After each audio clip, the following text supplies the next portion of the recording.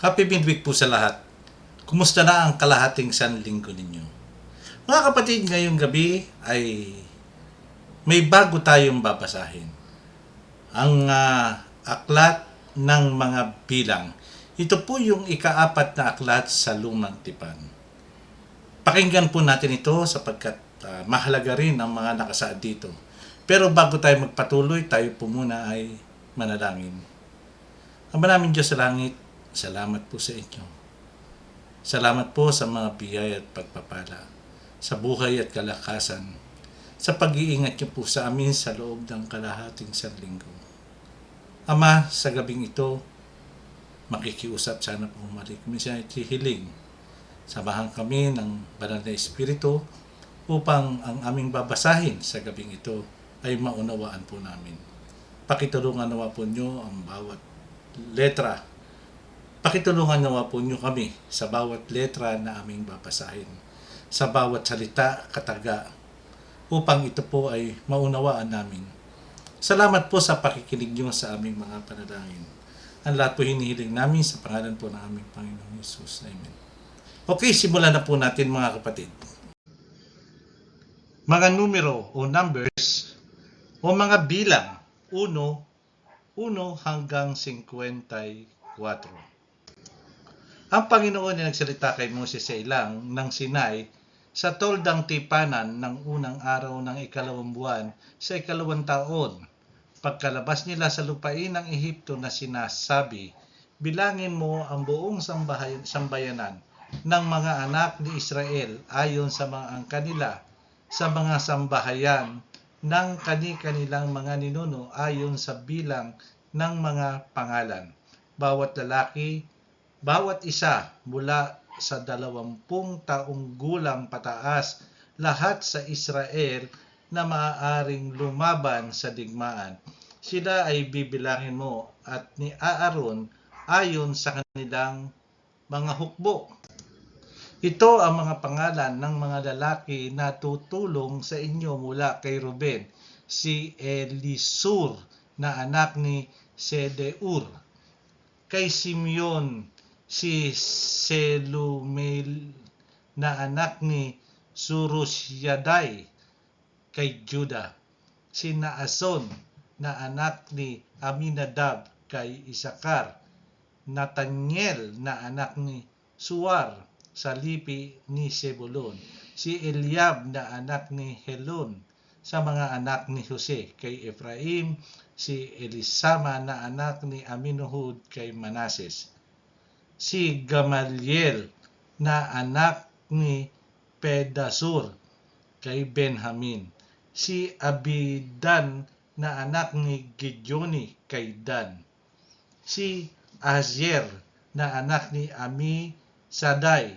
kay Aser, si Fegil na anak ni Okran, kay Gad, si Eliasaph na anak ni Deuel, kay Neftali, si Ahira na anak ni Enan. Ito ang pinili mula sa kapulungan ng mga pinuno sa mga lipi ng kani-kanilang mga ninuno. Sila ang mga pinuno ng angka ni Israel. Dinala na Moises at Aaron ang mga lalaking ito na inilagay sa tungkulin sa pamamagitan kani-kanyang pangalan at kanilang tinipon ang buong kapulungan ng unang araw ng ikalawang buwan na nagpatala ayon sa kani-kanilang angkan, ayon sa mga sambahayan ng kanilang mga ninuno at sa bilang ng mga pangalan mula sa 20 taong gulang pataas bawat isa. Ayon sa iniutos ng Panginoon kay Moses, gayon niya binilang sila sa ilang ng Sinai.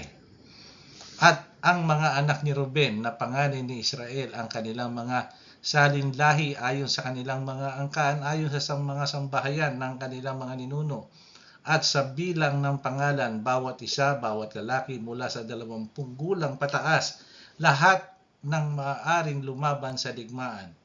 Ang bilang ng lipi ni Ruben ay 46,500.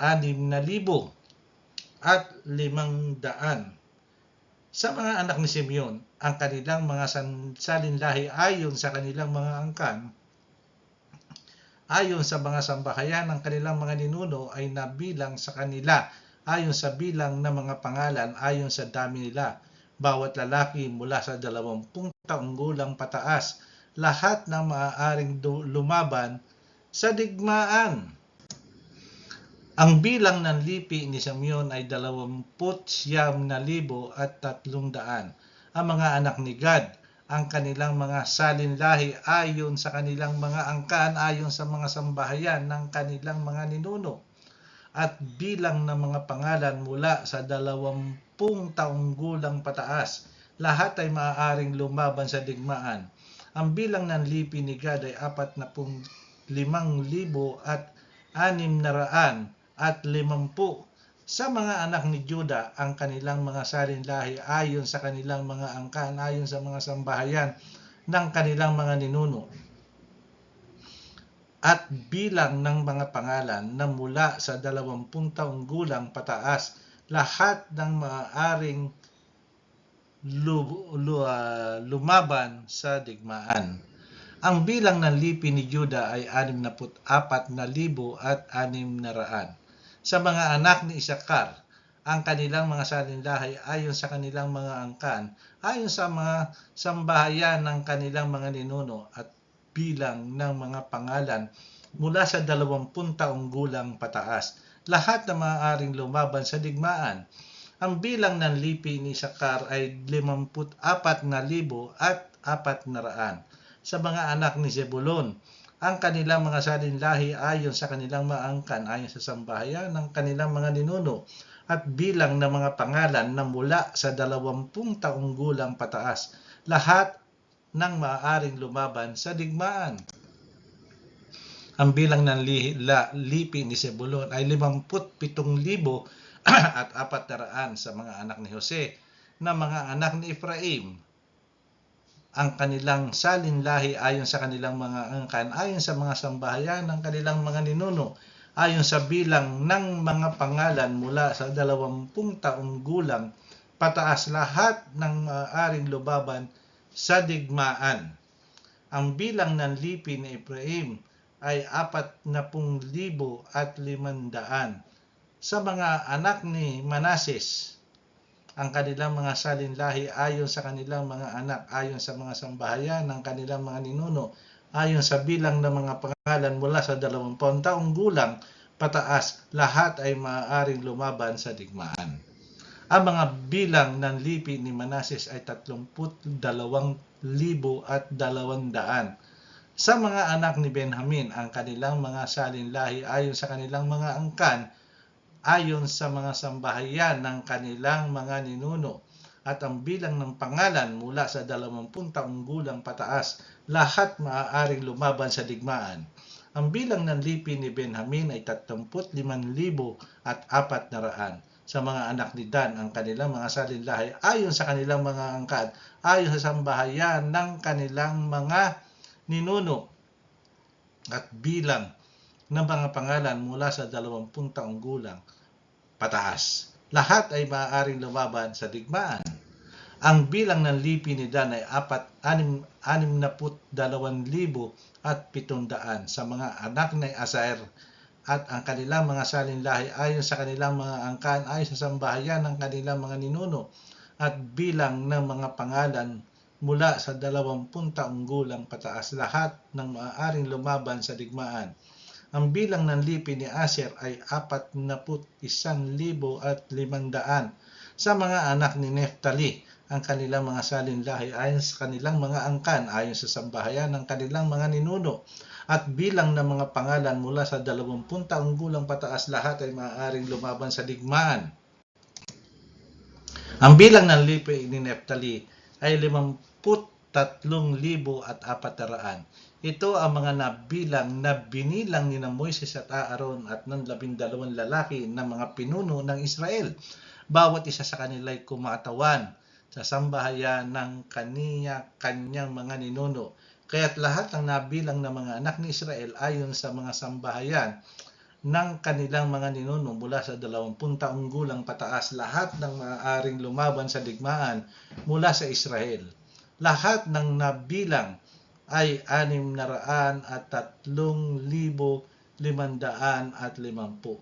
Subalit ang mga Levita ay hindi na bilang nakasama ayon sa lipi ng kanilang mga ninuno. Sapagkat sinabi ng Panginoon kay Moises, ang lipi labang ni Levi ang hindi mo bibilangin ni hindi mo kukunin ang bilang nila sa mga anak ni Israel, kundi italaga mo ang mga Levita sa tolda ng patotoo. At sa lahat ng kasangkapan niyaon at sa lahat ng nauukol doon, kanilang dadalhin ang tolda at ang lahat ng kasangkapan niyaon at kanilang pangangasiwaan at sila'y magkakampo sa palibot ng tolda. Kapag nilipat ang tolda, tanggalin ito ng mga Levita at kapag itinayo ang tolda, ay itatayo ng mga Levita at ng sino mang ibang lumapit ay papatayin. Ang ibang mga Israelita ay magtatayo ng kanilang mga tolda ayon sa kanilang pangkat. Subalit ang mga Levita ay magkakampo sa palibot ng tolda ng patotoo upang huwag magkaroon ng puot sa sambahiyan ng mga anak ni Israel. Ang mga Levita ang mga ngasiwa ng tolda ng patotoo.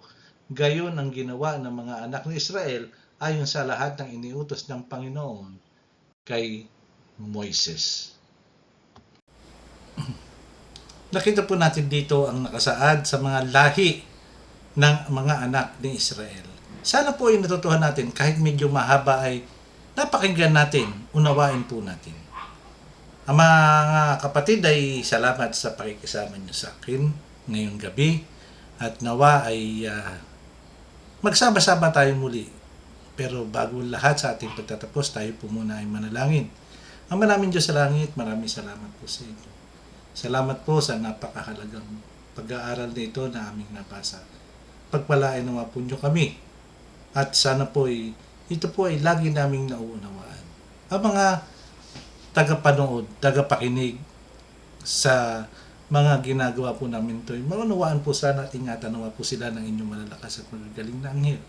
Patuloy kong inihingi sa inyo, Ama, na sana po ang pinapatayo naming bahay-sambahan sa Iglesia ng Balasing ay matapos po ito. Magbigay naman po kayo, Ama, ng mga tao na willing tumulong sa mga gawain ganito. Yung mga pinagpala po sa kanilang mga kabuhayan ay nawa mag-abot sila, Ama. Salamat po sa palagi niyong pakikinig sa aming mga panalangin. Pagpalain nawa po niyo ang bawat sa amin at ang lahat po hinihiling namin sa pangalan po ng aming Panginoong Jesus. Amen. Okay mga kapatid, maraming salamat sa pakikisama niyo ngayong gabi at nawa ang ating mga karamdaman ay magsigaling sa tulong ng Panginoon. Happy midweek po sa lahat.